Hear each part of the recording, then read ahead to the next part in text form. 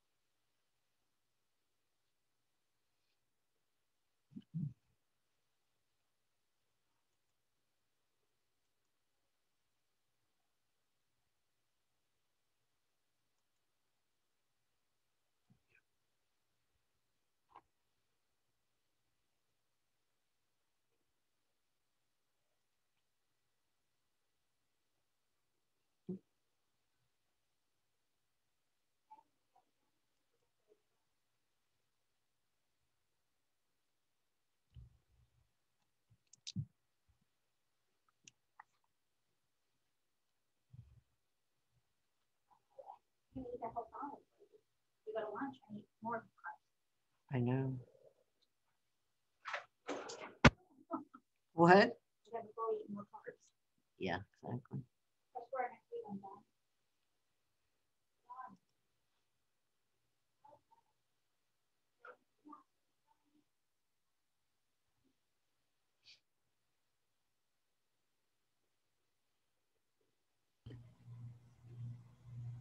Oh, all right. And how are you? I'm well, thank you. How are you? Fine. How's your physical health? All good. Last time we connected, you're in back pain, I think. Yes, it's much better. Yes. So it's been a couple of weeks now, yeah? Are you doing okay? Or It's been started at Pesach, so it's been a while. Yeah. And But it's much better. I'm doing physical therapy, so. And it's working. Mm-hmm. Good. Good. Yeah. Do you want to introduce him, or would you like me to do that? Yeah, if you wouldn't mind. Yeah, maybe I'll just say no. I won't. Yeah, I think I'll just stay out of it again. Okay. But I have a need, particularly I'm friendly with Rabbi Gelman, and then the orthodox conservative issue is personal to me, and also so despite the fact that I'd like to have a debate style, Yeah. I'm not going to do that. Okay. You want to change your name? Yeah. Yeah, and I might have to drop off in the middle. I have some things to prepare for this afternoon. Okay.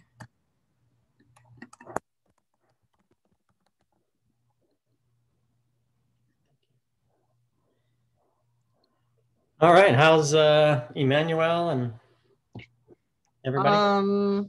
Fine, I guess. I haven't been there in a while. They are up to 100 people in the sanctuary, and seems to be working so far. But when you have a sanctuary that seats 800, then 100 is spread out. Right. That makes sense. Yeah, that's good. And community, they're all stable at Emmanuel? Yeah. Yes. No major changes? No changes. No changes at Beth Israel either? No, Beth Israel is Beth Israel, yes. Beth Israel Cantor's leaving. What's the... I'm going to shut off the recording. Some aspects of what I think are the core principles of Orthodox Judaism, of modern Orthodox Judaism. Please feel free to raise your hand or put a question in the chat, and I'll be happy to, we can make this as interactive as possible given the platform that we're using. I certainly don't want to speak straight for Barbara said 4 hours, so I don't want to do that. So please feel free to ask questions or comment as we go. All right, so I will start by saying that modern Orthodox Judaism's, I guess, first and guiding principle is adherence to halacha, adherence to Jewish law. Now, of course, that is, if I leave it there, it means a ton of things to a ton of people, because, of course, I know that, for example, the conservative movement says that it also adheres to Jewish law, yet Orthodoxy and Orthodox Judaism and conservative Judaism have different practices on some areas of halacha, like second day of Yom Tov, right? I think, Rabbi Teller, and kitniot. Let's say kitniot on Pesach. Some official positions, right? So, so of course, this is when I say that Orthodox Judaism believes is committed to living life in accordance with halacha. I guess I need to say that in accordance with its or our understanding and interpretation of halacha. And as many of you probably know, right, halacha is, or Judaism is an interpretive tradition, which is both our greatest strength and our most profound challenge, right? Especially when I don't like the way someone else is interpreting it. Then that gets on my nerves a little bit. So it is it's a great strength, because that is what has allowed Judaism to actually continue to exist, or what has allowed halacha to continue to exist and actually be relevant. And on that, I want to read one of my favorite rabbinic texts. It's actually a modern rabbinic text. Could I share my, Barbara, could you make me a co-host so I could share my screen?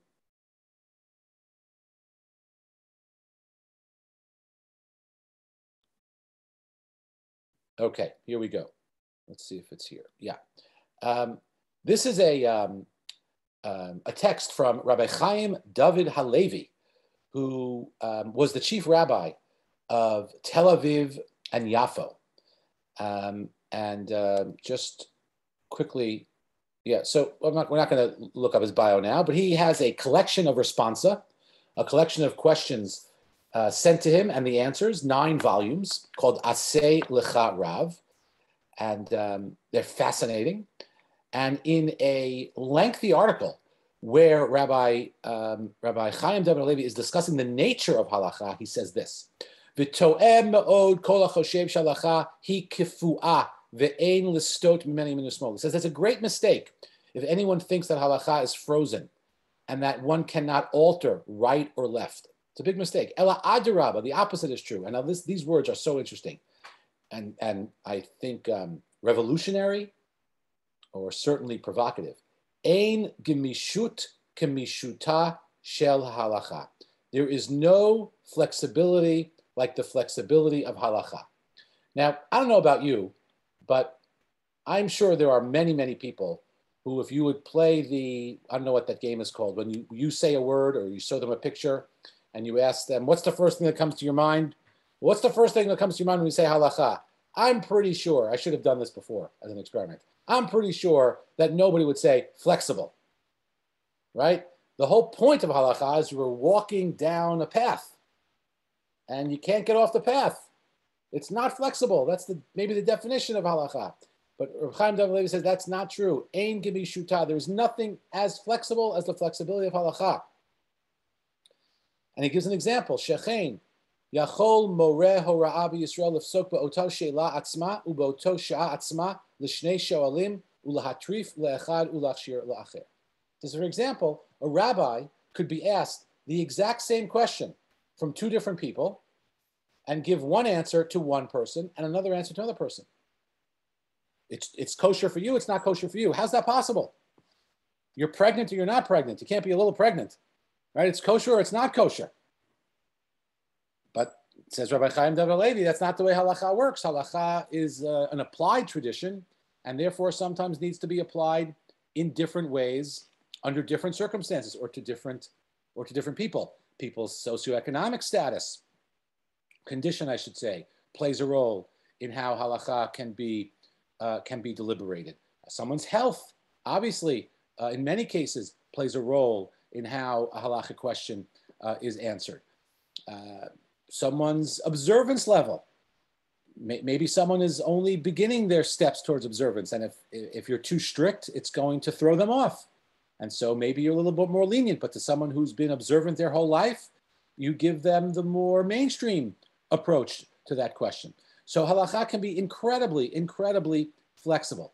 So when I say that Judaism, the Orthodox Judaism or modern Orthodox Judaism is committed to halacha, this is the type of approach that I subscribe to and that I try to practice.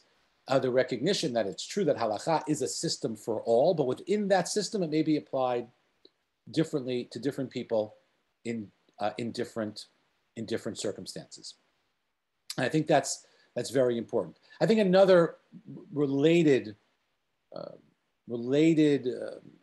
discussion or application of commitment to halacha is also the question of centralized authority as opposed to local rabbinic authority. And I personally, in terms of my approach, I have a hybrid approach to that. I certainly want to understand what the great Jewish scholars within the Orthodox movement say about a particular issue. I certainly want to hear what the given tradition has been about a particular issue up until the point where I'm now facing it myself. But I also realize that as a rabbi, I have to answer questions in a way that suits my community. Now, that doesn't mean that makes them happy, right? But it does mean it's answered in a way which appreciates the customs of my community, the social reality of my community, the history of my community, the needs of my community. And if there are two different approaches, and one of them is more, let's call it mainstream, and another is less so, if I'm convinced, and it wouldn't only be me, if I'm convinced and colleagues are convinced that even though that's not the received tradition, even though it's not the most common way to look at this, but it is within the boundaries of halacha, I may, for my community, choose a different path. And so that's also a factor of the discussion when we say that modern Orthodox Judaism is committed to halacha, of course. But again, so now we've already added two tags onto what that means. It's a halacha which is understandably flexible, and I guess a subcategory of that should be applied in a way that is relevant and meaningful to the community that one is serving. It's not always possible. Sometimes the halacha may not reflect the values of your community, but then the rabbi has to maybe try to change the values of the community because the halacha cannot be changed in such cases. So that's the second note about halacha. And the third note about halacha, I'll share with you again from another source, one of my favorite sources, and this is from Rabbi Soloveitchik. Many of us are aware that there are 13 ikarei emunah, 13 fundamentals of faith, which were composed by the Rambam, by Maimonides. You could find them printed in most Sidurim. And if you're familiar with the Yigdal prayer is a poetic expression of those 13 principles of faith. Rabbi Soloveitchik said we need to have a 14th principle of faith. And this is what he says. By straightforward declaration it states, I believe with perfect heart that this Torah is given to be observed, realized, and fully carried out in every place and all times, within every social, economic, and cultural framework, in every technological circumstance and every political condition. And he goes on to say that it has the power, has the capacity to answer contemporary questions, modern issues, to stay relevant, and to be interpreted in a way that is meaningful for all time. And that is a cardinal principle of my understanding and my interaction with halacha as well, that it remains relevant, remains meaningful, and can address all sorts of questions and all sorts of modern dilemmas, and bring meaning to our life. And through the observance of halacha, we can add meaning to our life, even in the most modern, cutting edge questions. So that is a little bit about my connection and my feelings, my understanding of halacha. And I want to stop here for a little while. I've been going on for quite some time. Let's see if anyone has any comments or questions that could help me sharpen what I've said, or give you folks a better sense of what I mean. Any questions or comments? Okay, Martin. Yeah, I have a question about, I understand your approach, and of course I'm very appreciative of the more open approach to orthodoxy. But of course there are lots of streams of orthodoxy, and folks in the open stream or the modern Orthodox stream have come close to being excommunicated. I mean, your own Rav, Avi Weiss, and people from Chovevei Torah have had a lot of trouble with their interpretation. So can you comment on that? You're right. My comment is that you are right, and there are many streams within Orthodoxy, and some people feel that another stream's interpretation are out of the bounds, which is what I alluded to early, and in the end, we could only be true to what we believe in, and continue teaching and interpreting and offering halachic understanding and rulings based on the principles that we see as legitimate ingredients, right? Every halachic decision is made up of a lot of ingredients. I just read that the COVID vaccination is made up of hundreds and hundreds of ingredients. I did not know that, right? But a halachic ruling is also made up of many, many ingredients. Some of them I mentioned before, circumstances, things like that. And some people may consider one aspect to be weightier than the other aspect, which leads to one conclusion, while another group would have a different take on that, which would lead to yet a different conclusion. But on some ways, it's the same thing as political differences. Just because someone disagrees with my view doesn't mean that I'm going to, and even if they disagree vehemently, and it doesn't mean I'm going to change it. If I believe what I'm doing is right. And Rabbi Aaron Lichtenstein, who was the Rosh Yeshiva of Yeshivat Har Etzion, and actually was Rabbi Soloveitchik's son-in-law, right? He has an essay in which part of the essay he says, he quotes the verse in the Torah that says, "Do not fear any man," and he says this is exactly what it's talking about. Meaning, if you believe in a cause, if you believe in a way, if you believe in an approach, and you've worked it out, and maybe you've talked it over with some senior people, and you really believe that it's right, al tira mipnei ish, do not be afraid. You have to stick to your guns. So that's how I, and you definitely end up being scarred and beaten up. There's a great story that one of my teachers told me, which I like to tell on Yom Kippur, where someone goes, it's actually a story which told someone goes and meets Saint Peter in heaven, but I dress it up to be a Jewish story. And the angel says, "Where are your scars?" And the person says, "My scars? I don't have any scars." And the angel says, "Wasn't there anything worth fighting for?" Such a powerful story. So yeah, there are things worth fighting for, and you end up getting a little beaten up, but you have to, or a lot beaten up, but you have to stick with what you believe in. Okay. Now, if you hear that story from Rabbi Teller on Yom Kippur at Bris Shalom, you know where he got it from. This guy. All right. Any other questions?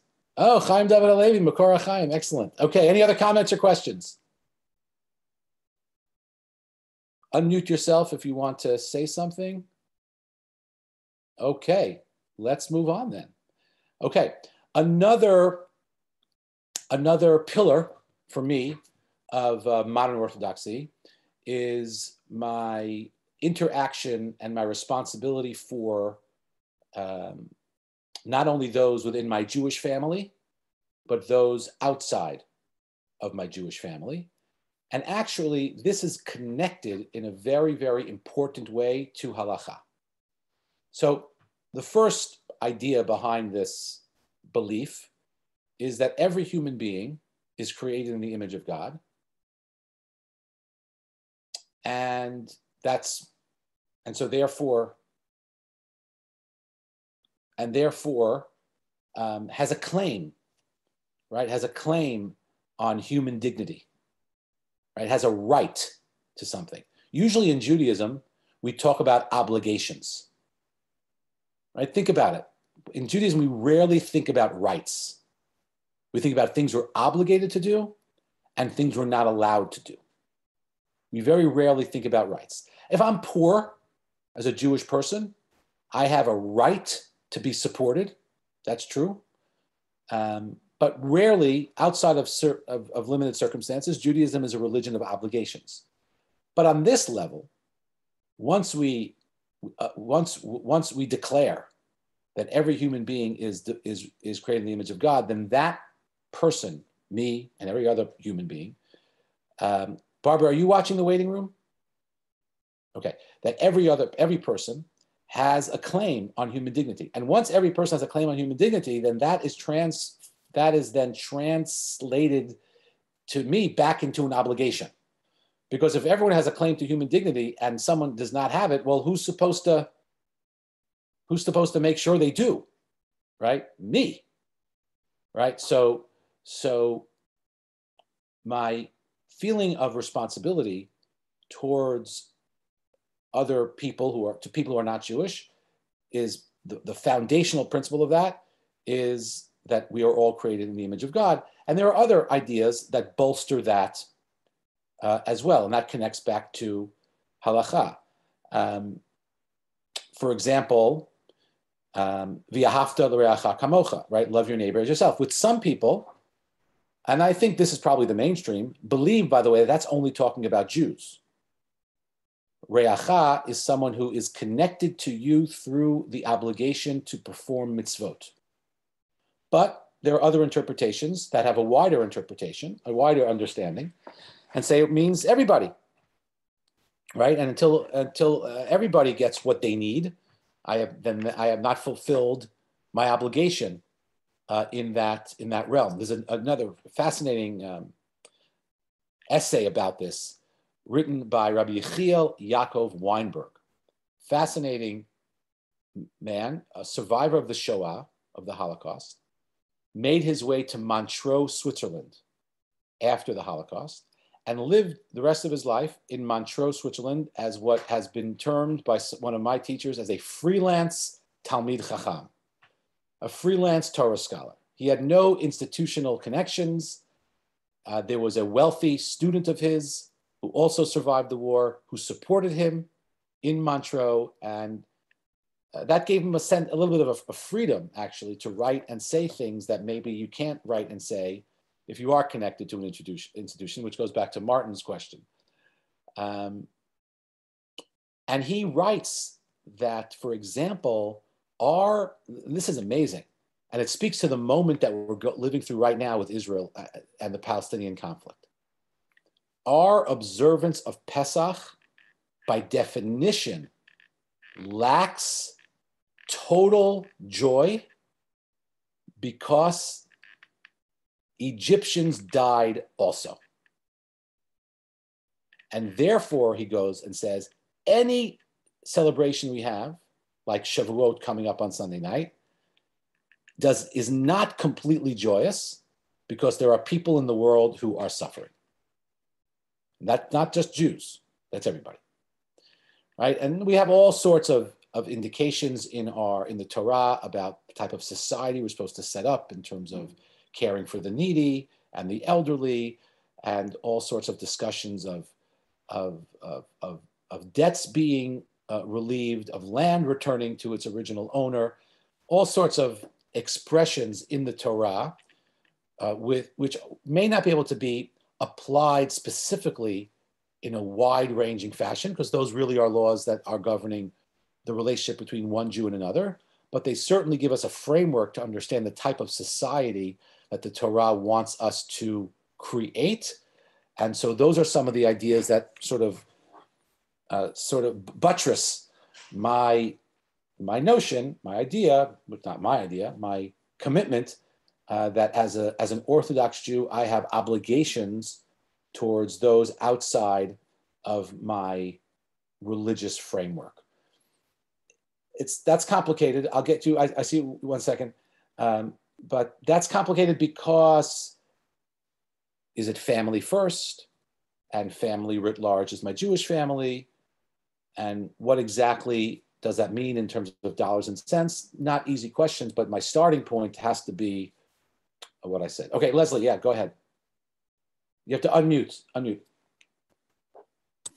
So I understand what you're saying, and I'd be curious, Rabbi, do you have a couple of examples of what you would do for and or with organizations that are not Jewish? And I'm also of the belief that we have to all take care of everybody. And if you have a limit on your tzedakah amount, you still need to include causes that are not Jewish, but they help all of mankind. So right. Do you have a couple of examples of how you would participate in something that is not Jewish? Yeah. Well, first of all, tzedakah is certainly an excellent example of that. And the Rambam writes explicitly that we're supposed to support the Jewish poor along with the non-Jewish poor. Some people debate whether that is only done to save face, right? So that the Jews don't look completely selfish. But my teacher, Rabbi Walter Wurzburger, through a lengthy analysis of the language of the Rambam, says that's not at all what it means. And what the Rambam is expressing there is a value, not a means to an end, but a value in and of itself.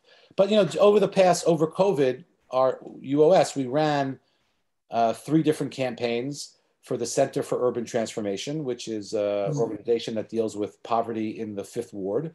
And we did 2 food drives, and one, I think we did a school supply drive. So those are examples. They were not earth-shattering, but we did provide, meals. We did provide probably 200 to 300 meals for people over the course of those 2 food drives, which is not nothing for a family that's struggling to have a few meals that month, right? Covered by someone else. Advocacy is hugely important, right? How we vote is a function of ve'ahavta l'recha kamocha, meaning often we vote our interests. I think Judaism wants us to vote for the larger interest, even though sometimes that may mean my taxes are higher. Mm-hmm. But I have to vote for what's good for the overall society. So things that we all do anyway, right, are elements of taking responsibility for other people. It's just a question of what lens we see it through. Mm-hmm. If all of our political advocacy and lobbying is for me and my community, okay, I don't know if that's wrong, but it's not the broad view that I'm advocating. And it's not only voting, on the, for the, Congress, Senate, and the president, even local things. And Rabbi, then how do you respond to a Jewish person who says, I'm only giving to Jewish causes because the whole rest of the world can give to the other ones, and I only have X amount of dollars and I'm not going to spend it supporting another organization that's not Jewish? I would show them the Rambam. Okay. Right. And again, not everyone is convinced by a halachic ruling, but I would start there and try to understand and unpack why it's important to do that. And in the end, I don't necessarily buy. I don't buy it. I don't think it's true, because first of all, it's true that non-Jewish organizations have a larger pool to choose from, but at the end of the day, they're still falling short.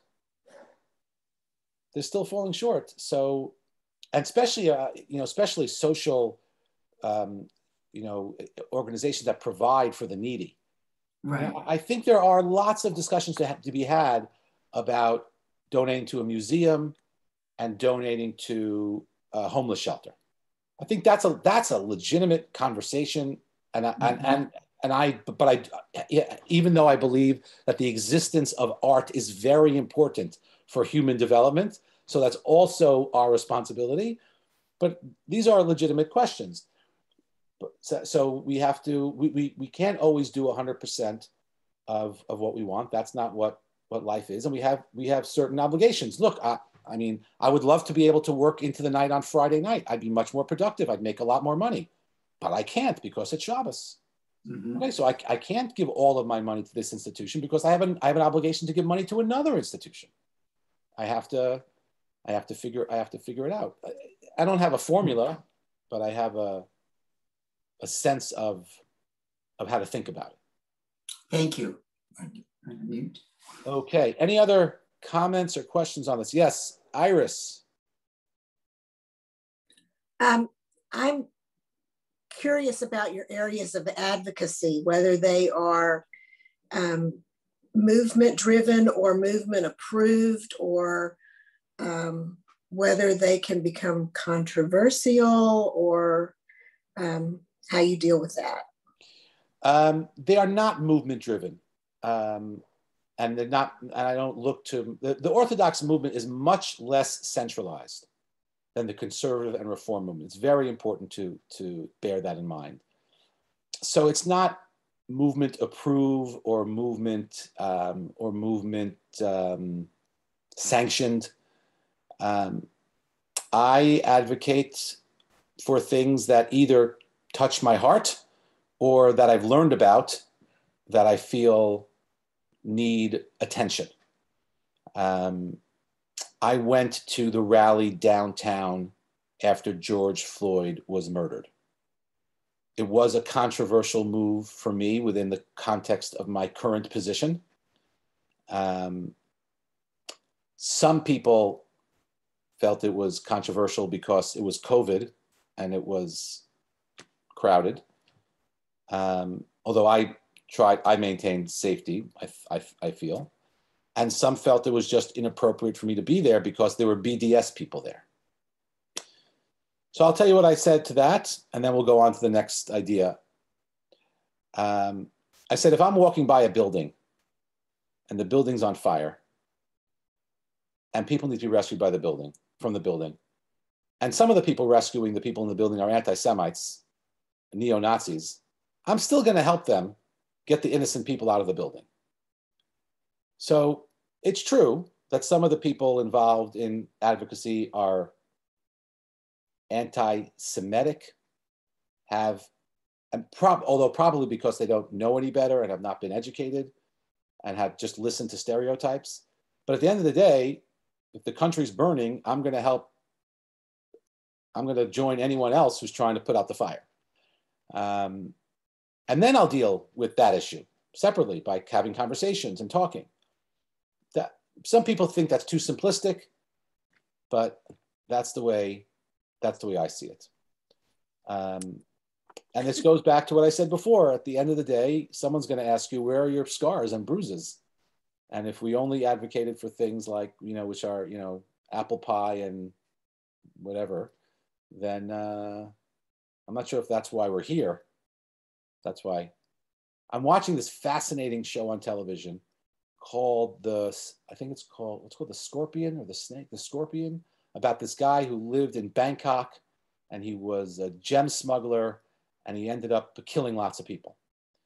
But there's a diplomat, his name is Knippenberg, from Denmark, and he's trying to track down some missing people. And he goes to speak to his counterpart in the British embassy, who wants no part of this, and in fact heard that something was going on but ignored it. And on his way out of the meeting, Knippenberg turns to him and says, "What do you think we're here for?" And he says, "I don't mean as diplomats.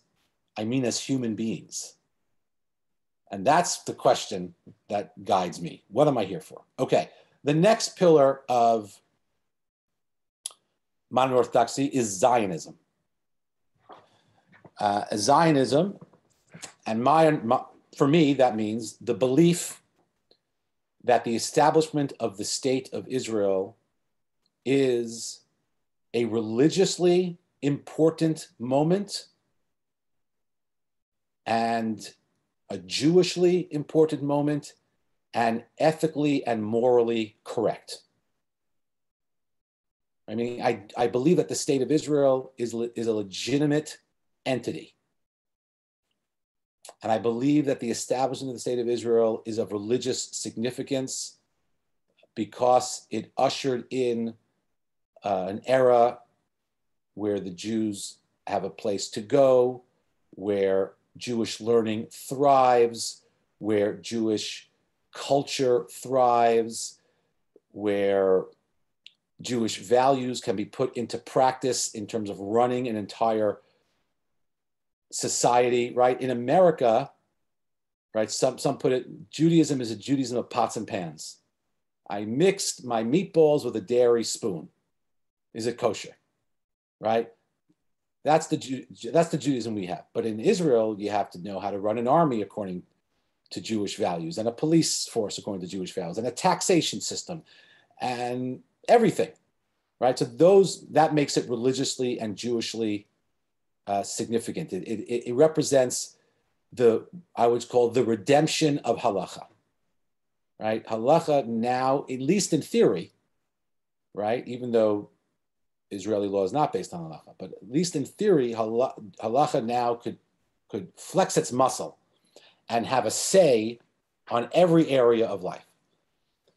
Other people also believe that Zionism is a religiously significant reality. The state of Israel is. Also consider the state of Israel an element of the Messianic era, the very, very early flowerings of the Messianic era. And then I go back to the first note that I started with, that that's a moral entity, right? There are people today who literally believe that Israel was born in sin and does not have a right to exist. I reject that.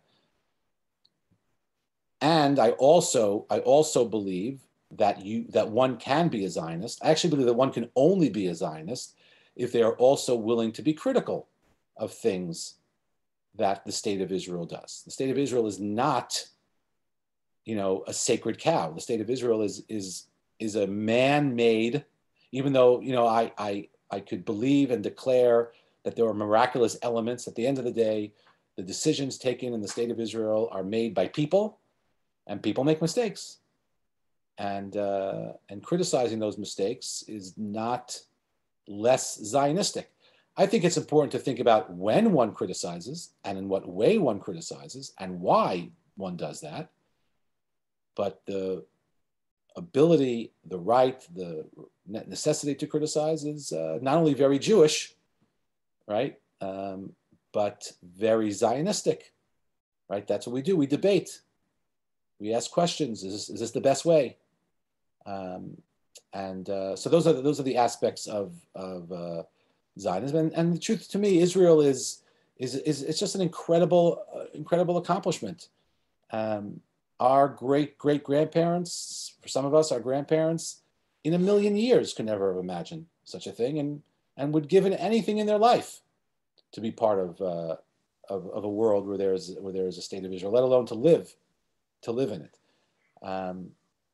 And I remember many years ago, we had a consul general come speak at Shul, and she started talking about the secular nature of the Jewish state, and I made some remarks. I said, it's true that Israel is secular, but we also have to remember that Israel is the largest state sponsor of Torah and religion that has ever existed in the entire history of humanity, right? The secular state of Israel gives more money towards the study of Torah than anyone ever. There are more people studying Torah in Israel at any given moment that were studying in Europe during the golden age of the yeshivot.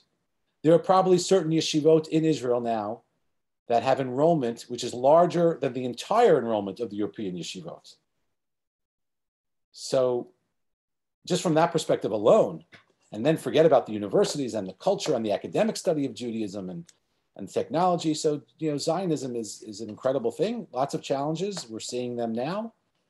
But I really, really believe that living a life as a Jew without a connection to Israel and appreciation of Israel and Zionism is incomplete. It's incomplete. And I'll mention one more thing, and then let me stop there. I talked about Zionism. Any comments or questions or thoughts?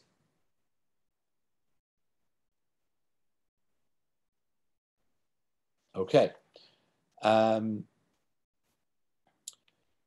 that has come up lately, which I think is worthwhile talking about, you may have seen in the papers or heard, right? That on some level, I don't think it's as widespread as some may think, but there was a divide within the Orthodox community about getting vaccinated for COVID-19. Right? We may have heard that many people in the Haredi, what we call ultra-Orthodox community, were hesitant, did not want to do it, did not follow a lot of the social distancing rules, while those who were more in the modern Orthodox camp were very pro the vaccination. The rabbis from our camp said you're obligated to get vaccinated unless there's some underlying medical reason why you should not. In all of the halachic rulings given by the rabbis that I conferred with, it always was in consultation with doctors and scientists, and always with the caveat that we have to do what the doctors tell us to do. If the doctors tell us to close down the shuls, we have to close down the shuls. If the doctors tell us we can't get called for aliyot, we can't get called for aliyot, without even hesitation. And I think that is a hallmark of modern Orthodoxy, right? Belief in science, right? The acceptance of modern modes of study as being legitimate and being proving the way we should behave in social and medical and scientific circumstances. It doesn't mean we don't also daven, and it doesn't mean that we don't believe that ultimately, whether a vaccination works, it's because this is the world that God created, or that even if the doctors can't heal me, God can. I still believe that. But I also believe that I have to do what the doctors tell me to do to maintain my health and the health of those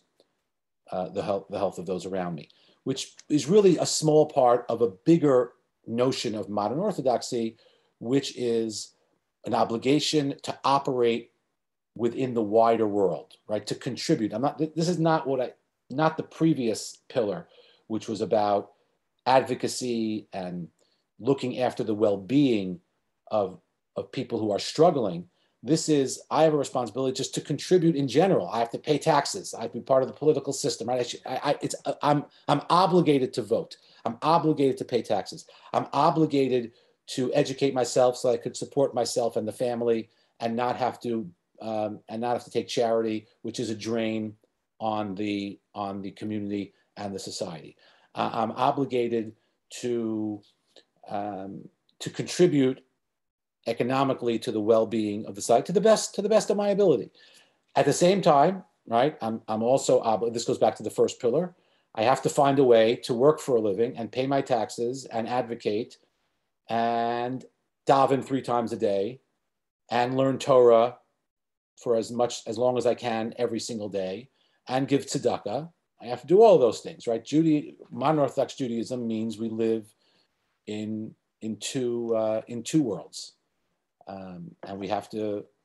I don't believe they're equal, but we have responsibilities in two worlds. Okay, I'm going to stop there again and see if there are any comments or questions. Anything you think I missed? Okay, Leslie. Again, why do the ultra Orthodox not want to take the shot? They don't believe in science? I think it's two things.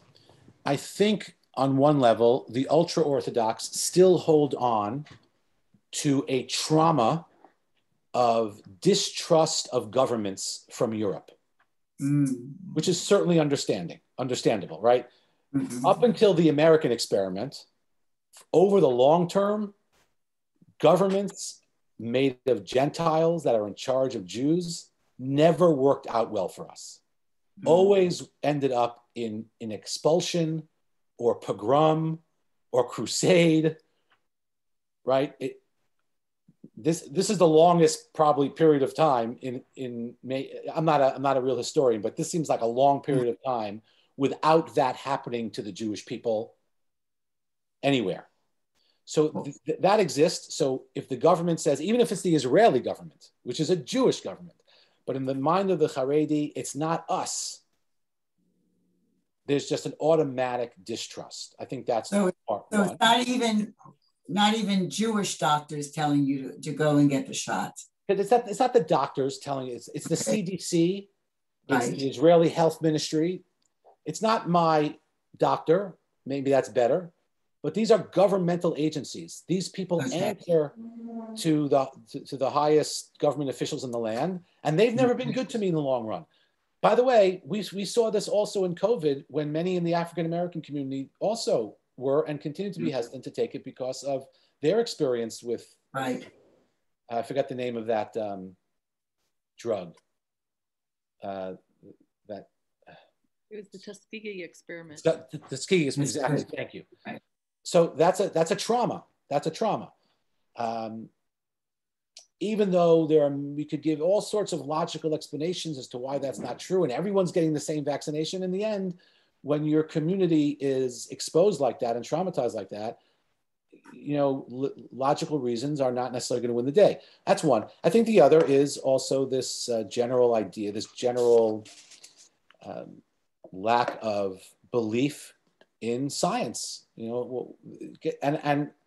And I think some of it's because of an overall lack of education in some circles, and so they just don't believe it. And there could also be religious overtones that I'm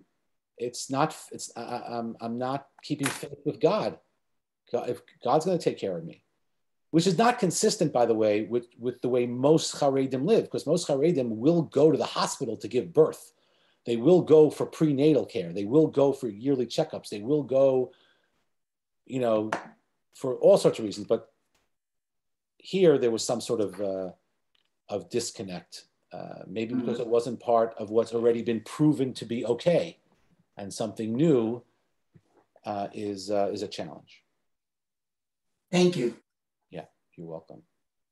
Okay, Iris. I just had a quick question about your services during COVID and I don't know whether y'all have met in person and you have not used social media for services. Right. So we at first were shut down, like everyone else was shut down. Our last service over a year ago was Purim. We read the Megillah, but already by then we had recommended that anyone over 65 not come to Megillah. And we used Zoom to live feed the Megillah reading for those people who do not want to come. And I think Purim was on a Wednesday, and our plan was to have services the next Shabbat, but by the time Friday afternoon rolled around, we shut down. When we did open up, We opened up with masking and social distancing, which we still have. I will add that we use social media for every service other than Shabbat and Yom Tov. So daily morning services are broadcast via Zoom. Daily afternoon and evening services are broadcast via Zoom. And holidays which do not have the work restrictions, like Purim, Hanukkah, the intermediate days of Passover, the intermediate days of Sukkot, Yom HaAtzmaut, are all broadcast via Zoom. So if somebody needs to say Kaddish, they just need to do it on a different day, or if they can't come? I've recommended coming on a different day. I've recommended alternatives to Kaddish. There is an alternative prayer which sounds a little bit like Kaddish, but is technically not a Kaddish. That became very useful at the beginning of the pandemic when we were only doing, even when we had closed down, by the way, I was leading daily shacharit services from my kitchen table when everyone was in different places. And so from our perspective, that does not count as a minyan. So we said the alternative Kaddish for months. And I recommend a Torah study in the place of Kaddish, or charity, things like that. Thank you. Yeah. Okay, Suzanne. What did you do for the high holidays? I repented. What did you do? Did you have services of any sort, or because that would be one that you'd have to do in person? We did have services. We had a limit on the number of people who could come. We had a tent outside. Mm-hmm. So we had outdoor and indoor services, which enabled us to accommodate anyone who wanted to join under circumstances that they felt comfortable. And we also did separate Yizkor, in-person, outdoor, Yizkor-only services on Yom Kippur for people who did not want to come into a large crowd at all, but wanted to do, before Yom Kippur, let me start again. The day before Yom Kippur, I did a Zoom Yizkor. Mm-hmm. But on Yom Kippur itself, I did Yizkor in shul at both services. And then later in the afternoon, we had actually 2 Yizkor services on 2 sides of the neighborhood for people who wanted to be in person for a Yizkor, but did not want to come to either an indoor or an outdoor service that had a lot more people. Yeah, so that's what we did. So you're doing a hybrid kind of thing. It's hybrid, but it's not this. It's hybrid, but except again on Yom Tov and Shabbat, we don't use the social media at all. But I think you're using the social media a bit more than most of us realize. So it's interesting to hear that. Yeah, that's mostly because I like to look at myself on camera. But well, you're going to have ample opportunity to do that. No, the truth is, this is an interesting question. We're almost out of time, but I'll just mention it really quickly. That one of the questions that synagogues are going to have to ask themselves are they going to continue doing this? And for me, the answer, I'm not staying, but the answer should be yes. I mean, the answer should be whatever you were Zooming during COVID, you should continue Zooming after COVID, because there are still people with a broken leg who can't come that week. And there are still people who are afraid of crowds, who all of a sudden now feel connected to a community. There are still people who live too far away or wanted to come to the 8 o'clock class, but their kid had a tantrum and they can't get there in time, but they could Zoom in, which doesn't take any time at all. So I think we should continue doing it forever in whatever capacity people were doing it up until then. I think a lot of people are looking in those terms. So thank you. Yeah. Yeah, just a comment about that from what I have heard and done some assessment, I was in the IT world when I was working, doing what you're calling keeping Zoom, but having people come to shul as well, which is this hybrid situation, true hybrid. You've got both going at the same time. It's quite challenging and will require a whole lot of adaptation. Yeah, it's not just automatic that it will work. It needs cameras, it needs expertise. By the way, there's the proof that this is okay is an old story from a rabbi who gave excellent sermons, and but people like to play golf on Saturday. So slowly but surely, more and more people started coming into the shul at 9 o'clock, and they would put a tape recorder on their chair. They would press record, and they would pick up the recorder and hear the sermon after their golf game. And the newspaper reporter got a hold of this and wrote an article. We called it the first known example of artificial insemination. I'll be here all day, everybody. I want to say, I'll be here all night. Okay. Barbara Goldstein, did you want to say something after my terrible joke? Excuse me, I already said it. Thank you, Rabbi. Okay. I already made a comment. Thank you. I didn't hear. Okay. I said, oi. Oh, I accept that rebuke with love. Okay. Yes, Sandy. But not that joke. You know, you're usually better. Yeah. Okay. You're usually. First of all, to the other RBG, do you see at least the modern Orthodox stream allowing ordination of women, women being counted toward minyan, women being called to the Torah, etc.? Okay, excellent question. There are already some Orthodox institutions that are ordaining women, and there are already some, very few, but some synagogues that are hiring them. I don't know if you saw in Israel 2 weeks ago. Yes. I think this is a first.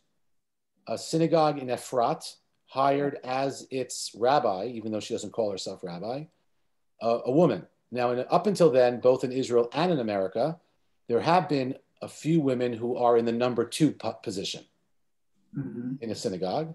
But this woman is now the one and only religious functionary, answering halachic questions, teaching classes, doing everything a rabbi does in history. Well, not in history. There is one in New York. Actually, a friend. She's a friend of mine. She's called Rosh Kehillah. But this is the first time, sort of like in Israel, got a lot of press, and so she's not ordained. By the way, she's not ordained, and this is also a difference between Orthodox and the other movements. Even though she doesn't have quote unquote ordination, she's taken enough tests from another organization that's trusted and gave her a different title that they're comfortable allowing her to operate in that realm, essentially as a rabbi, even though she does not call herself a rabbi, and that's not what her ordination was. Having said that, there are some organizations, Yeshivat Maharat in New York, does ordain women. They do not tell you, it's interesting, they've avoided this by saying that our ordinees can choose whatever title they want. Some of them choose rabbi, some of them choose Maharat, some of them choose rabbanit, right? It's up to them to choose. It's a wise move for them, but they allow them to choose rabbi. So that's already happening very, very slowly in America and in Israel. Women counting as minyan, I think that is not going to happen. I don't think that's going to happen. That is a much more clear halachic issue than ordaining women or having women assume positions of religious authority. They're not apples to apples. They are very one apples to oranges. One you could argue is an egalitarian issue, and the other like a societal egalitarian issue with halachic overtones, and the other is almost a purely halachic discussion. And the other question, a call to the Torah. So right now, what exists in the traditional world, some would call it Orthodox, some would not call it Orthodox, are what's called the partnership minyanim. Partnership minyanim are minyanim where women are given the opportunity to participate as much as possible within their understanding of halacha. So that generally means women can lead parts of the service that do not require a minyan. So if you're familiar with the Psuke de Zimra, beginning of the Shacharit service, women lead that. And women also will read Torah and get aliyot. And so what they'll do is, I believe, when a woman is getting an aliyah, a woman reads the Torah, and when a man is getting an aliyah, a man reads the Torah. There is a mechitza that runs right down the middle of the bima. And if you want to daven in one of those, please God, we'll have the opportunity to get back to Israel. It's called Shira Chadasha. We went there. It's in Katan. Yeah, being there. We went there with Rabbi Teller. Okay, It was wonderful. That's the closest. I went there at the recommendation of my tour guide when I couldn't think about. I did a Friday night service there, so I saw the women. Yeah. Right. So they would leave Friday night services too, up until Mariv. Shabbat. Right. So that's the closest thing to Orthodoxy or within Orthodoxy that has women reading from the Torah, but they do not count as a minyan in the partnership minyanim. And I believe many of them have a rule: we do not start unless there are 10 men and 10 women. But that's not a halachic requirement. That's a requirement they put out there, I guess, about accountability and about the feeling of the whole thing. Thank you. Sure. We just want to also say that we're attending your class from Baltimore. We had to come early to see our new granddaughter, Malki. Came a week early, so it's been wonderful being here. Great. Wonderful. Okay, any other comments or questions? I think we're just about out of time. It's good to see everybody here. Well, as you may have heard, starting in the end of August, I'm going to be assuming the position of director of the Center for Jewish Living and Learning, the Bobby and Vic Samuel Center for Jewish Living and Learning at the Evelyn Rubinstein JCC. I am right into the alphabet soup of the Jewish world again. So that's where you'll find me. I hope you'll come learn with us and experience Judaism with us at the ERJCC. And I look forward to seeing you all. Thank you, Rabbi. Look forward to having another class with you. Thank you. Bye-bye. Bye-bye. Bye. Thanks, Barbara. Thank you. Thank you. Bye. Bye.